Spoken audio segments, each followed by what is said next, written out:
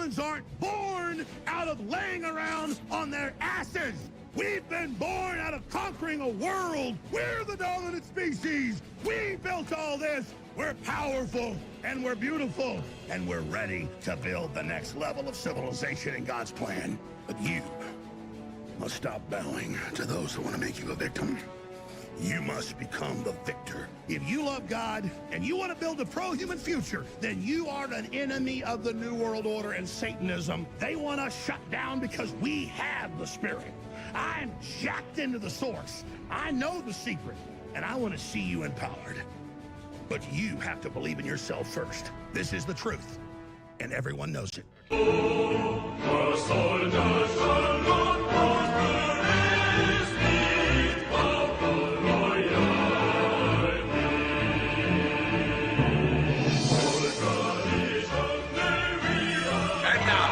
His Royal Majesty, the 98th Emperor of the Holy Britannian Empire.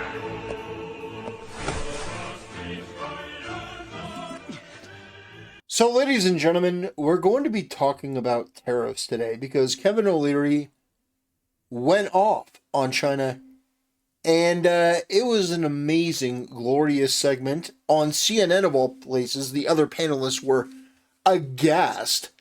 And it's very interesting. You can tell the difference between Kevin O'Leary that has actually done business and the so-called experts that have never really done or achieved anything at all, because they're all vultures. They're all virtue signalers. They're, oh, well, Trump is bad, and Kevin O'Leary is the only one saying, it's impossible to do business there. They rip us off.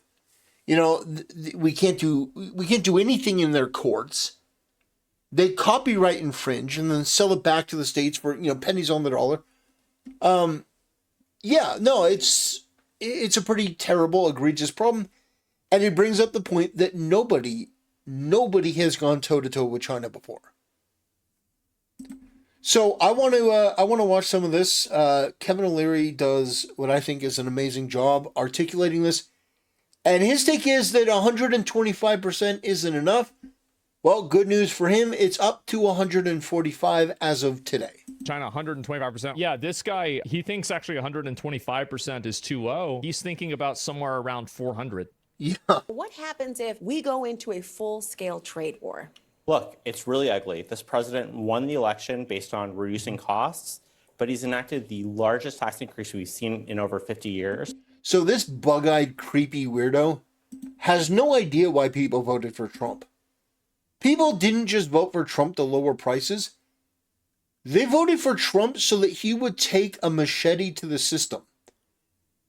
That he would go in there and cut the waste, fraud, and abuse.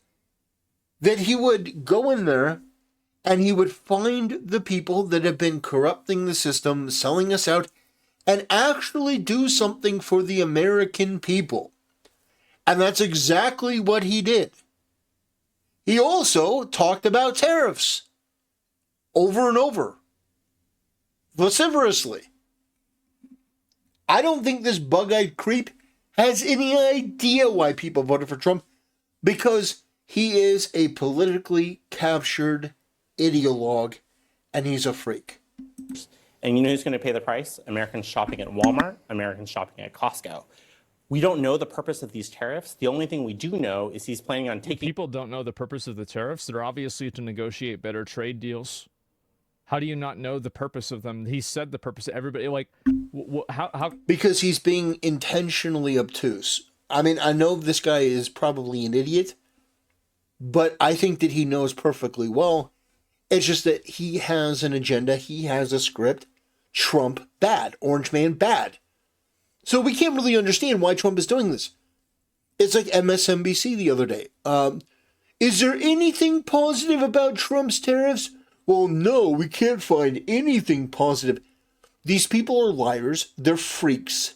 And Trump is breaking down their pathetic social order, so they despise him. What? Tax revenue from Americans paying more at Walmart and Costco and putting that into tax cuts for the wealthiest Americans. It's totally gross, and it's putting us on the brink of a recession. Could cost us tons of money. I don't see how you can make an argument that this is beneficial for the wealthiest Americans when 90 something percent of the stocks or something like that are owned by 8% of the population. So how is it that 8% of the population that are the richest people that have this massive amount of the stocks, how is this beneficial for rich people? I feel like, if anything, this is a massive L for rich people. Manufacturing jobs as we get into this trade war. It's a really disturbing policy. I hope he backs off. But Kevin, he said there's a lot of Is that an accurate number? Yeah. I mean, and also, like, well, here's a good way to look at it. If you look at the stock market and you see Tesla going up $200 after Donald Trump won the presidency, I don't see how anybody can tell me that stocks are real when Tesla goes up that much just because Donald Trump becomes the president. Really, it's a bullshit number to begin with. deals that they're literally kissing his ass was the phrase he used, very eloquently. Where are the deals? 104% tariffs on China are not enough. I'm advocating. There it is. Well, he got his wish. All right. 400%.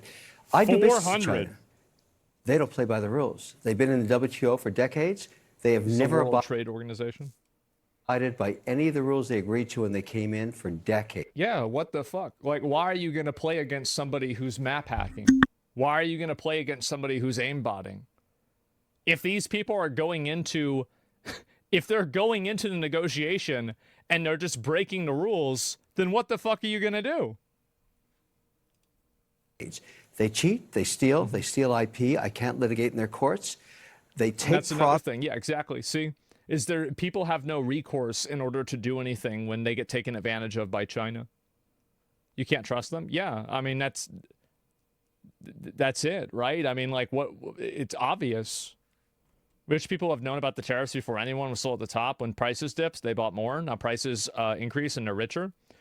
Sure, of course they're going to go up. Like, if the stock market goes up, their money's going to go up. I mean, that's the way it works with anything. Like, that's not a rich people thing. That's the way the numbers work. Product technology, they steal it, they manufacture it, sell it back here. Never has an administration. 400% tariffs? What would that I look want like? Xi on an airplane to Washington to level the playing field. It's just not about tariffs anymore. Nobody has taken on China yet, not the Europeans, no administration for decades. As someone who actually does business there, I've had enough. I speak for millions of Americans who have IP that have been stolen by the Chinese. I have. This is it. This is the reason. This is a massive amount. Huge, huge amount. Nothing against the Chinese people. They brought great literacy, art, and tech to the world. The government cheats and steals, and finally, an administration, you may not like Trump, you may not like his style or his rhetoric, finally, an administration that puts up and says enough. 400% tariffs tomorrow morning. He'll tell you why. Xi can only stay the supreme leader if people are employed. If we wipe out any business there. I think this is probably true to an extent. I think it's a very dangerous game to play, but it. I mean, you look at what Kevin O'Leary is saying, and he's not wrong. And even the other panelists who, I mean, these people are all losers. The so-called experts. Nobody should trust anything these people say, other than Kevin here. Yeah, but they all nod and sort of, yeah, we get it. But it's like, no, you don't get it. You don't like Trump. That's your message. That's your narrative. But this guy's done business in China and says they've been taking advantage of us for years. So from his point of view, he's like, yeah, 400%. Which, if Trump did that, it would be the end of China's economy. And it'd be crazy, but it would be very interesting. Maybe if he did, they finally come to the table. It is probably true to an extent that if you damage the country enough and you throw them into an economic depression, that it will destabilize the government. Oh, of course it would. For a country like China, no, 100% it would destabilize the government. because we are still 39% of all consumables on Earth and 25% of the world's GDP. America is the #1 economy on Earth with all the cards. We will not have that forever. It's time to squeeze Chinese heads into the wall now. And they're going to interrupt him. Now. Well, I'm hold not on talking a about second, tariffs Kevin. on Well, 60 I hear you, but hold on. If we're talking about people, the average consumer, not necessarily the head honchos of businesses all across the globe, can they withstand the pressure of that sort of tax on the goods? Basically, the gun on the Resolute desk, American consumers, businesses are all at risk as long as it's there. Oh, we're talking about obviously sofas, but how about iPhones, which so many people have? There's this notion of making it in the United States. Talk to me about that, Kevin. What is the likelihood that that could actually happen? There are people who are saying, fat chance. Moving manufacturing back to the U.S. takes a long time, but I'm still focused on two aspects. I mean, you have to differentiate the tariffs negotiated between countries, because the Eurozone just 48 hours ago said something remarkable. For the first time in decades, we're willing to go to 0 on 0. That means they open up all markets to all products, all services. That's a huge win. So Yeah, forget of course. about Israel or Thailand or Cambodia. We're talking about one of the largest economies on earth saying, okay, we get the joke. You want to sell cars, you want to sell a Corvette in Berlin? We're okay at 0. We've never had that before. So let's call that a huge win. We haven't done the deal yet, but let's get the German people over here to start negotiating that. Agriculture. That's clearly why Trump did the tariffs. I mean, I feel like obviously that's why. Britain will go to. Yeah, no, 100%. Yeah, 100%. You could say there are many different reasons why he did it. But to pretend like this is a Trump L or that he's backing down is media cope. 0 on 0. Canada, we'll love to do energy 0 on 0. So that's a huge win for him. Huge. He But I hasn't even thought he taken said advantage of it I yet. thought, Kevin, Look part at of that, it, they play fair. The problem is that I think that there are a lot of things that exist beyond tariffs, and that's kind of what they were talking about. Actually, what makes the most sense is biggest assets of a negotiation is leverage. If he has said they're here to stay, does that remove some of the ability for him to negotiate in the long run with these countries? Well, I'm trying to differentiate. no, because he's lying. He just says it all. The problem with somebody. I mean, to call it a lie, I think that's being a little harsh, disingenuous even. Trump isn't like when he says that the tariffs could stay on, or that they're not really in there for negotiation. It's not that he's lying, because he very well could, but he has another agenda. He doesn't want to tip his hand. The way Asman's framing it is, it's like somebody's playing poker with you, and you're playing against, the person across from you. It's like, are you lying to them? Like, are you actually lying by, not outright telling them, but sort of keeping your cards close to the chest and sort of, betting perhaps more than you should, given what your cards are? Like, are you lying? Could you classify that as lying, or are you... I don't even know if bluffing is the right word, because Trump absolutely could keep the tariffs on. I think from his point of view, he says it's better to make them think that you're going to keep them on and then have room to negotiate. Because if he said, well, maybe we can take the tariffs off, if he comes off as really wishy-washy, they're going to try to extract more. So I don't really know if lying or being honest is the right terminology. Because you wouldn't say that a general is lying because they don't give battle tactics to the enemy. They try to present a different reality so that the enemy makes a mistake. But is that a lie? I don't think it is. I think that's a very harsh interpretation. I'm just not willing to make it. Like Trump, and this is a big issue that I think a lot of people have with him, is that everything that he says isn't necessarily true. He will go back on. Yes, it is. No, it is. Everything that he says, because if Trump were somebody that never told the truth, or everything that he said was a lie, he wouldn't have the support that he has. It's two different things.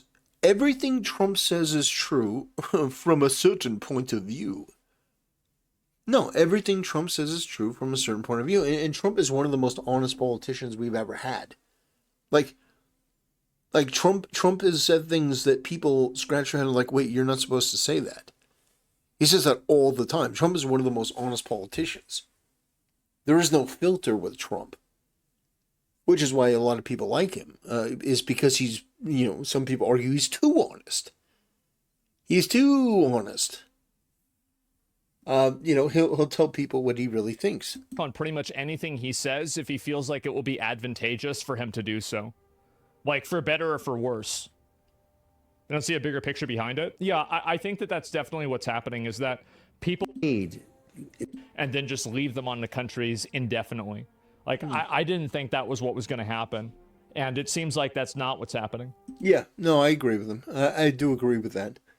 I don't think the plan was to leave him on forever, but I think telling them that you're going to leave him on, I think it does serve him. I think it creates a bit of chaos. I think it does more to get people to sort of acquiesce and have to be the reasonable one in the room. But they're not really being reasonable because they were ripping us off for years. They had tariffs on our goods. They limited their markets so that we couldn't go in there, but they could come into our market.